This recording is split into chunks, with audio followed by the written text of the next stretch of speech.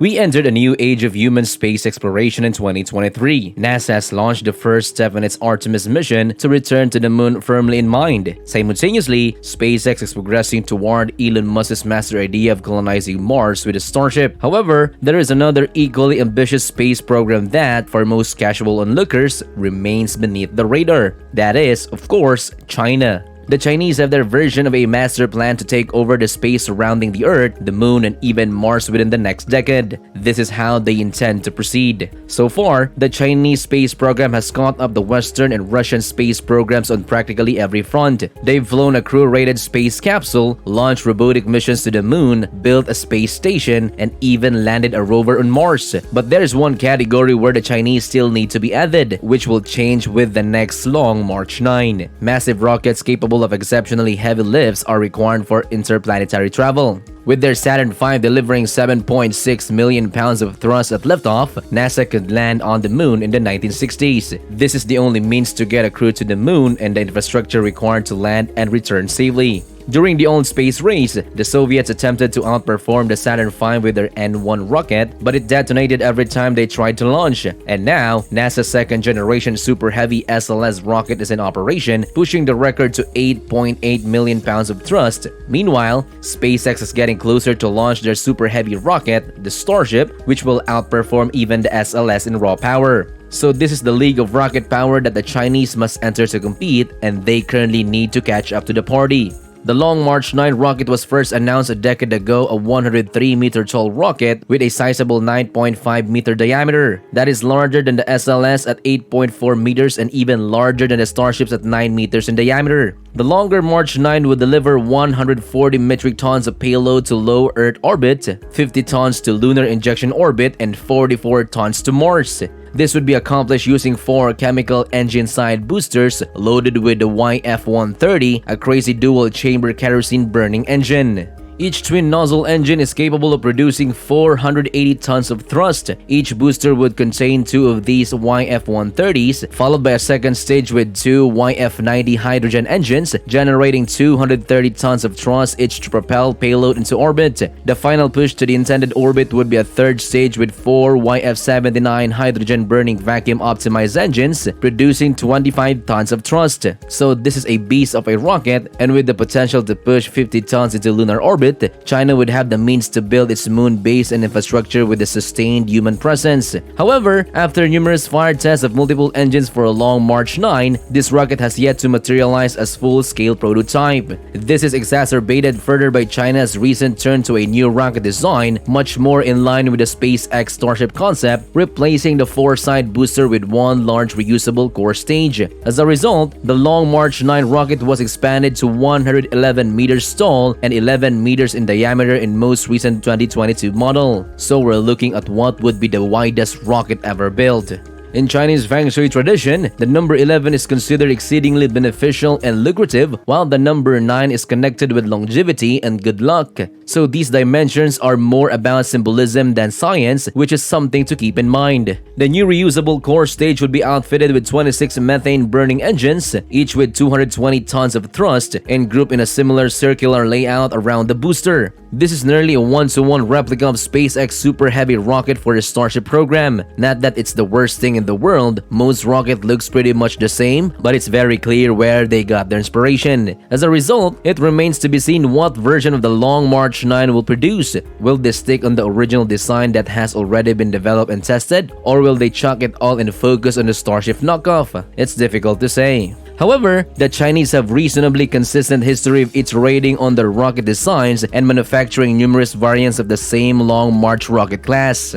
So I wouldn't be surprised if they build the original Long March design in the next 5 years to establish the capability and then work on the reusable update for operation in the 2030s. Because China will require a significant lift rocket sooner rather than later to carry out its grand plan for space exploration, but we'll get into that a little later. But in the meantime, we know that China has a plan for temporary moon rocket, an updated version of the Long March 5, also known as the Long March 5DY or Long March 5G. Now, thank you for reaching this point. Make sure to finish this video to know more. But before we continue, don't forget to subscribe if you are new to this channel and like, comment, share, and hit the notification bell for more upcoming videos like this.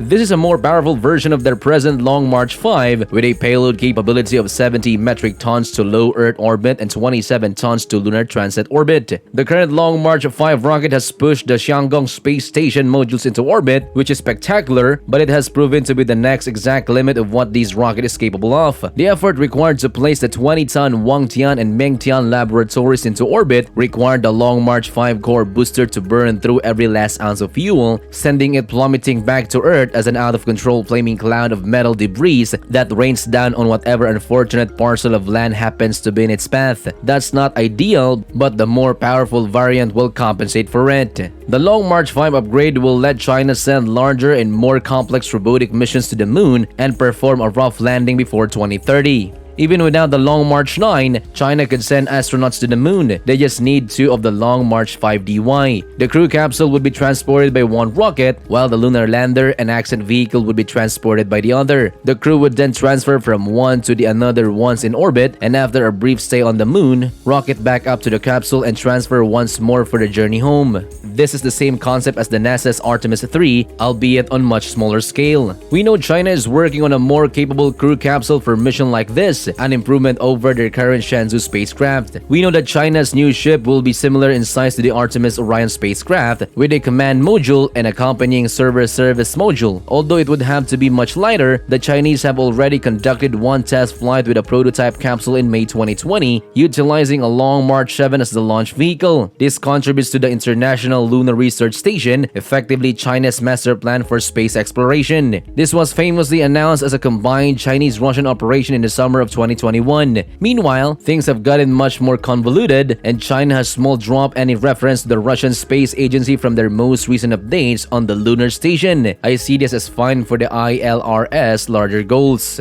The Chinese space program is already far more advanced than Russia's. For at least 20 years, if not more, Russia's space program has remained essentially dormant. As a result, they are unlikely to have contributed anything beyond extra manpower and manufacturing capabilities, which China already possesses in abundance. The Chinese roadmap, the enhanced Long March 5DY, will be used for the second part of the Chang'e program's robotic exploration of the moon. Chang'e 6, 7, and 8 are all scheduled to launch between now and 2030. Between 2031 and 2035, 5 ILRS of landings are planned. Each one is deploying a piece of the future lunar base. ILRS-1 develops the command center, which includes infrastructure for basic energy and telecommunications. Mission 2 has facilities for lunar study and exploration. In situ resource exploitation technology is the focus of Mission 3. Mission 4 combines a robotic exploration and experiment mission that includes widespread sample collection and return. Then, in Mission 5,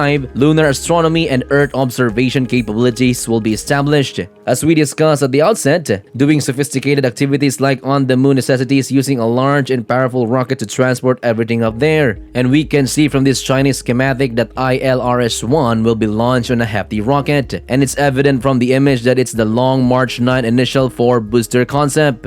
The proposal also indicates that these launches will alternate between the Long March 9 and a similar Russian heavy rocket. To be fair, the Russians have plenty of very smart aerospace engineers and scientists who make me look like a brain-dead Neanderthal in contrast. But, regrettably, their government has opted to waste any prospect of riches by invading Ukraine, so whatever this second big rocket was intended to be, I doubt we'll ever see it. This puts a lot of pressure on the Long March 9, so I wanted to discuss it so much at the start. It's always why China will first develop the original full expandable side booster version and get it operational as soon as possible. They can test out the reusable 26-engine booster concept. We've seen how much trouble it has caused SpaceX over the last few years, so we know it will take a lot of work to do properly. The objective is that by developing these 5 ILRS flights, the Chinese will be able to certify the Long March as safe enough for human transport, resulting in the Chinese flying regular rudimentary missions to their fully equipped new moon base by around 2035. What do you think will happen though? NASA has a little advantage with their successful Artemis 1, but they still have a long way to go before landing on the moon, and that requires SpaceX to complete their absurdly tough Starship program. So, could the Chinese leapfrog both of them by doing it alone? Please share your theories in the comment section. And that's it. What do you think of these plans? Let me know in the comment section down below. If you like this this video, don't forget to subscribe to this channel to be updated for more upcoming videos like this. Before you leave, did you know that Elon Musk's Tesla Solar is ready to skyrocket in 2023? If you want to know more, make sure to click and watch this video right here.